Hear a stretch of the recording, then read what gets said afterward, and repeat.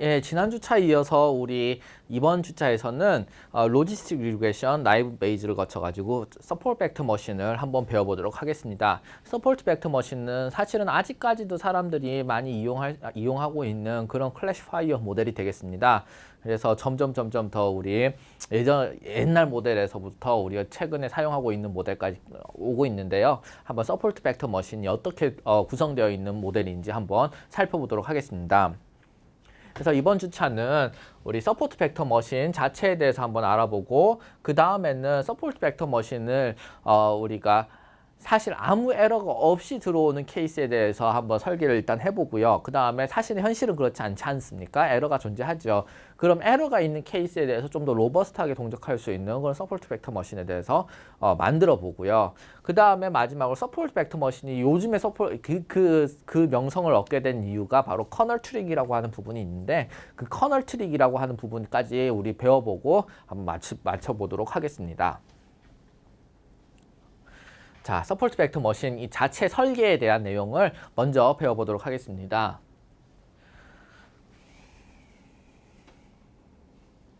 자, 우리 이거 예전에 우리 살펴봤던 내용이죠. 사실은 이제 많이 본 내용이 되겠습니다. 우리 디시전 바운더리를 설정하는 부분인데 확률적인 부분에서 디시전 바운더리를 설정하는 거죠. X가 기분인 상황에서 Y가 초록색일 확률과 빨간색일 확률이 이렇게 변화한다고 봤을 경우에는 이 두 개가 크로스하는 요 부분에서 바로 디시전 바운더리가 생긴다라고 우리 배웠습니다. 그래서 이 S-커브 시그모이드 펑션을 로지스틱 리그레션에서 쓰는 이유 중에 하나가 바로 이 디시전 바운더리 근처에서 샤프한 포스테리어 분포의 변화를 관측하기 위해 가지고 우리가 시그모이드 펑션을 쓴다고 얘기를 했습니다. 자, 마찬가지로 뭐 이렇게 두 개 x1, x2 이렇게 두 개의 디멘전이 있을 경우에는 이런 식으로 우리 디시전 바운더리를 놓고 생각을 해볼 수 있겠죠. 이쪽 파트는 조금 더 뭐 예를 들면 이런 형태로 이거는 나이브 베이지 형태인 것 같네요. 그쵸? 나이브 베이지 형태로 봤을 경우 이쪽이 조금 더 확률이 높고 이쪽이 또 나이브 베이지 형태로 봤을 때는 확률이 이쪽은 초록색이 좀 더 높고 뭐 이런 분포가 되겠습니다. 두 2차원일 경우에 이렇게 될 수 있다는 그런 내용이 되겠죠. 자, 앞에서 살펴봤듯이 디시전 바운더리는 클래시피케이션 문제에서 아주 중요한 역할을 합니다. 이 디시전 바운더리가 어떻게 구성되느냐에 따라 가지고 이 러닝의 플렉서빌리티라든지 아니면 러너의 성능이라든지 이런 것들이 결정되게 되어 있는데요. 앞에 있는 나이브 베이즈, 로지스틱 리그레션 전부 다 확률 기반의 어떤 디시전 바운더리를 설정하고 있습니다. 그런데 우리 이렇게 생각을 해봅시다. 디시전 바운더리라고 하는 것에 대해서 확률 통계라고 하는 이런 부분 다 빼고 그냥 점들을 이렇게 평면상에 흩어놓은 상황에서 디시전 바운더리를 하나 찝어봐라, 잡아봐라 라고 하면 여러분들 어떻게 잡으시겠습니까? 확률이라든지 뭐 통계라든지 이런 부분 다 빼고요. 뭐 여러 가지 대안이 있을 수 있습니다. 근데 몇 가지 대안들은 우리가 쉽게 제거를 할 수 있죠. 예를 들면 디시전 바운더리를 이렇게 구성을 해본다는 거면 어떻습니까? 위에는 빨간색, 밑에는 파란색입니다. 될까요? 요 위는 우리가 빨간색이라고 얘기하겠고 밑은 파란색이라고 하겠다라고 하면은 그럼 당연히 안 되겠죠. 왜냐하면은 우리가 여기 있는 요 4개의 점들에 대해서는 우리가 잘못된 결론을 제공할 것이기 때문입니다. 그렇게 디시전 바운더리를 잡아버리면 하나, 둘, 셋, 4개의 빨간색 점들은 파란색 점으로 러너들이 우리 인공지능들이 생각하게끔 될 것이기 때문에 이렇게 설계를 하면은 좀 문제가 있겠죠. 마찬가지로 우리가 이렇게 디시전 바운더를 잡아가지고 요 밑에는 파란색이고 요 위는 빨간색이야 라고 생각을 했을 경우에는 하나, 둘, 예를 들면 여기까지 3개. 이 3개의 점들에 대해서는 전부 다 빨간색으로 판별이 될 거지 않습니까? 파란색이 아니라. 그렇기 때문에 요 밑쪽으로 갈 수도 없을 겁니다. 그러면 다시 이 그림으로 돌아와가지고 우리가 디시전 바운더리를 잡는다고 했을 경우에 어떻게 잡을 수 있을까요? 예, 맞습니다. 디시전 바운더리는 요 빨간색 점들과 요 파란색 점들 사이에 잡혀져야 된다는 것이 여러분들 아실 수 있을 겁니다. 빨간 점들과 파란 점들 사이에 이런 식으로 잡혀져야 될 텐데요. 이런 식으로 대안들이 생성이 될 텐데 근데 이 대안들이 생성된 이 와중에서도 여러 가지 대안들이 있을 수 있습니다. 뭐 이런 식으로 지금 세 개의 선만, 세 개의 디시전 바운더리만 그어놨는데 우리가 여기서 하나 가정하고 넘어갈 것은 우리 디시전 바운더리는 항상 선형으로 그린다고 생각을 해봅시다. 물론 이걸 이렇게 아주 복잡한 모양으로 그릴 수도 있겠죠. 복잡한 모양으로 그릴 수도 있고 그것을 이번 주차가 끝나면 이 복잡한 모양으로 그리는 법에 대해서 여러분들이 배울 겁니다. 하지만 지금은 우리 선형으로 그린다고 생각을 해봅시다. 그럼 다양한 대안들이 있을 텐데 이 세 가지 대안 다 가능하겠죠. 이 사이에 있으니까요. 하지만 그 중에서도 그나마 정말 좋은 대안이 있을 겁니다. 그 대안이 무엇일까를 우리 생각을 해봅시다. 예를 들면 우리 좀 익스트림하게 그어볼까요? 이거를 좀 지워보고 익스트림하게 이 사이에 있으면서 익스트림한 케이스를 하나 그어보겠습니다.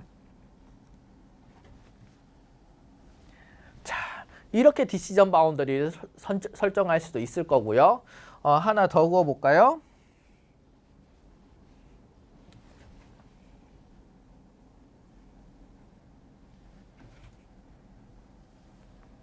이렇게 디시전 바운더리를 그어볼 수도 있을 겁니다. 그 다음 하나 더 그어볼까요?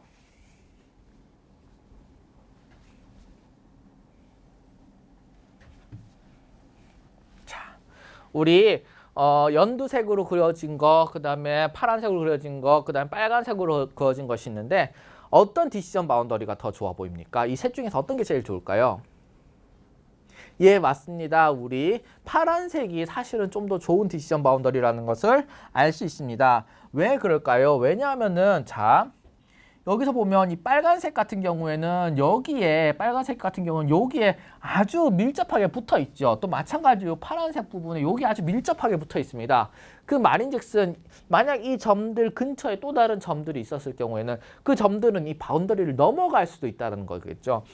마찬가지의 빨간색 점인데 조금 에러가 있어가지고 다른 x1, x2 좌표축 사이에서 그런 그 2디멘셔널한 그런 샘플링 속에서 다른 조금 에러가 있어가지고 조금 넘어가서 찍혔다. 그러면은 이거는 다른 색깔로 클래시피케이션 되는 거겠죠. 최대한 디시전 바운더리에서 이게 멀어졌으면 좋겠는데 포인트가 멀어졌으면 좋겠는데 디시전 바운더리가 이렇게 생성이 되면 포인트가 너무 가까이 딱 붙어버리니까 에러가 날 확률이 점점 더 높아지는 겁니다. 이 부분도 마찬가지겠죠. 마찬가지 이유로 연두색 선도 별로 좋지 않습니다. 왜냐하면은 요 근처에서 에러가 발생할 확률이 높아지죠. 그 다음에 요 부분에서도 에러가 발생할 수 있는 케이스가 더 많아질 겁니다.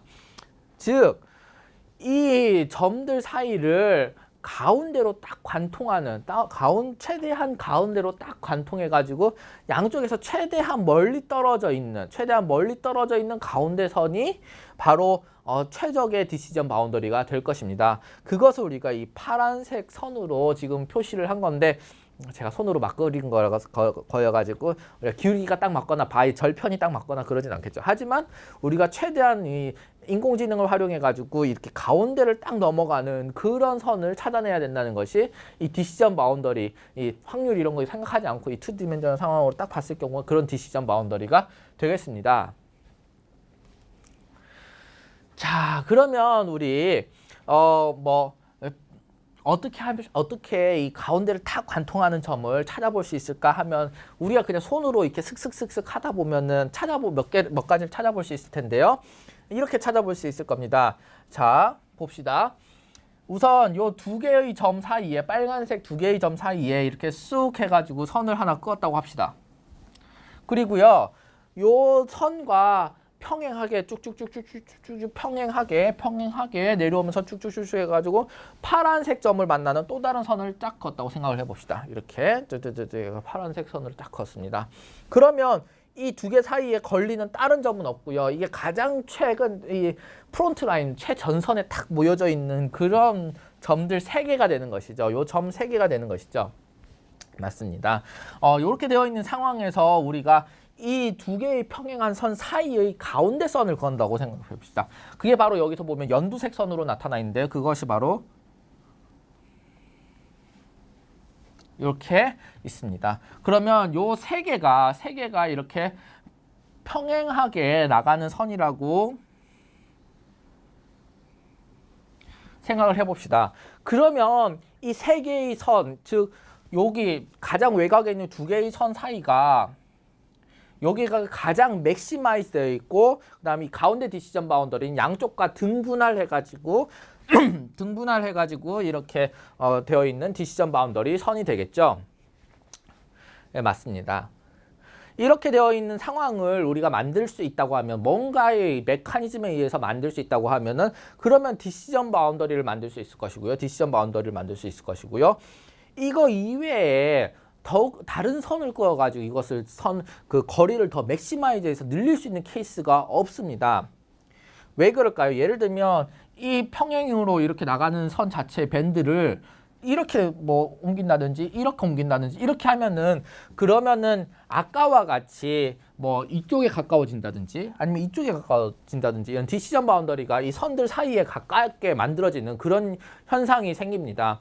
그래서 이 두 개의 데이터셋 사이를 관통하면서 가운데를 딱 그어주는 방법은 이 방법밖에 없다는 것이죠. 그럼 문제점은 뭐가 되겠습니까? 문제점은 바로 여기 있는 포인트 3개를 찾아내는 것이 핵심이 되겠습니까? 핵심이 되겠습니다. 서포트 벡터 머신이 왜 서포트 벡터 머신이라고 이름이 붙여졌을까요? 이 디시전 바운더리를 서포팅하고 있는 이 점들은 결국엔 벡터지 않습니까? 이 3개의 벡터, 몇 개의 벡터를 찾아낸다. 디시전 바운더리를 벡터들이 서포트하고 있다라고 하는 이름에서 서포트 벡터 머신이라고 이름이 붙여졌습니다. 그래서 디시전 바운더리 라인은 우리가 이렇게 정의를 할 수 있을 겁니다. WX 플러스 B 형태로 만들어 줄 수 있을 것인데요. 우리 X1, X2, 그 다음에 절편이 있죠. 그 다음에 바이어스 텀이 있죠. 그래서 X1 텀, X2 텀, 절편까지, 바이어스 텀까지 하면 총 텀이 몇 개가 나옵니까? 여기 W가 X1, X2 두 개의 디멘전이니까 여기서 두 개의 W 값이 있는 것이고 하나의 컨스턴트 텀이 있으니까 총 3개의 파라미터가 존재하게 되겠습니다. 이 디시전 바운더리를 그어보려고 하면 WX 플러스 B를 알아야 되는데 3개의 텀이 되고 그 다음에 두 개의 텀은 W라고 한 형태로 표현할 수 있게 되겠죠. 왜 3개의 점이 여기서 필요했습니까? 예, 맞습니다. X1, X2, 그 다음 B에 대해서 우리가 알아보려고 하면은 3차 방정식을 풀어야겠죠. 그래서 그 3개의 텀이 3개인 방정식을 풀어야겠죠. 연립 방정식을 풀어야겠죠. 그래서 점을 3개를 찾은 겁니다. 자, 이렇게 해가지고 우리 WX 플러스 B라고 하는 그런 디시전 바운더리를 3개의 포인트를 잡아가지고서 에스티메이션을 했습니다. 그렇게 하고 난 다음에 우리 포지티브 케이스, 네거티브 케이스에 대해서 한번 알아보도록 하겠습니다. 제가 파란색은 임의로 제가 포지티브 케이스라고 생각을 했고요. 그 다음에 빨간 점들은 제가 임의로 네거티브 케이스라고 두고 생각을 했습니다. 자, WX 플러스 B를 이렇게 봤을 경우에는 W를 예를 들면 이렇게 법선 벡터 형태로 정의를 할 수 있겠죠. 우리가 이렇게 예를 들면 벡터에서 이렇게 평면이 있다고 생각을 해봅시다. 평면이 있다고 생각을 했을 경우에 우리 이 평면을 나타내기 위해서 무엇이 필요합니까? 이 법선 벡터, 퍼펜디큘러한 벡터와 그 다음에 이것의 바이어스가 필요하겠죠. 이렇게 해가지고 이 W와 B가 필요할 겁니다. 마찬가지로 선을 표현하려고 하면 이것의 퍼펜디큘러 벡터인 W와 그 다음 바이어스 텀이 필요하겠죠. 그래서 사실은 이렇게 구성이 되어 있는 거고요. W가 이제 이것이 파란색이 포지티브한 케이스로 나오려고 한다면 W가 이런 식으로 그어져 있을 것 같은데 그러면은 WX 플러스 B 이 선 위에 있는 X가 아니라 선의 지금 양수 방향에 있는 선의 양수 방향에 있는 X를 넣으면은 이렇게 WX 플러스 B는 이렇게 0보다 큰 형태로 만들어질 겁니다. 그러면 이 선을 기준으로 해가지고 이 선을 넘어가는 이쪽, 그러니까 지금 이쪽이 포지티브한 케이스니까 이쪽이 지금 평면 위에 있는 것이고요. 이쪽은 평면 밑에 있는 것이 되겠죠.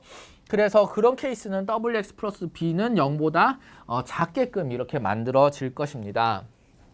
자, 이렇게 만들어진 상황 하에서 우리 비교를 해보면 WX 플러스 B라고 하는 것을 기준으로 해가지고 포지티브한 케이스는 이렇게 양수로 만들어지고요. 이것을 이밸류에이션 하면 WX 플러스 B를 계산을 하면 양수로 만들어지고 WX 플러스 B의 디시전 바운더리를 기준으로 그 X값을 넣어버리면 실제 데이터셋에 있는 X값을 넣어버리면 네거티브 케이스에서는 이것이 음수로 된다는 것을 알 수 있습니다.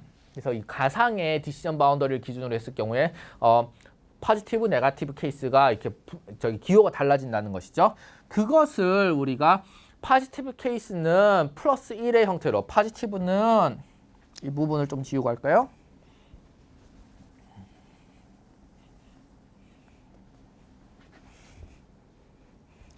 포지티브를 플러스 1의 형태로 우리가 모델링을 하고, 네거티브를 우리가 마이너스 1의 형태로 모델링 하게 된다고 하면은 이 부분은 어떻게 되겠습니까? 그럼 포지티브 케이스에 대해서는 여기서 양수가 되고, 그 다음에 또 포지티브는 플러스 1이니까 이 부분은 또 0보다 크게 되겠죠. 그 다음 네거티브 케이스는 어떻게 되겠습니까? 네거티브 케이스는 이 부분은 0보다 작게 되겠고, 그 다음 네거티브 케이스는 또 마이너스 1, y를 마이너스 1로 우리가 코딩한다고 했으니까 마이너스 돼가지고 또다시 양수가 되겠죠.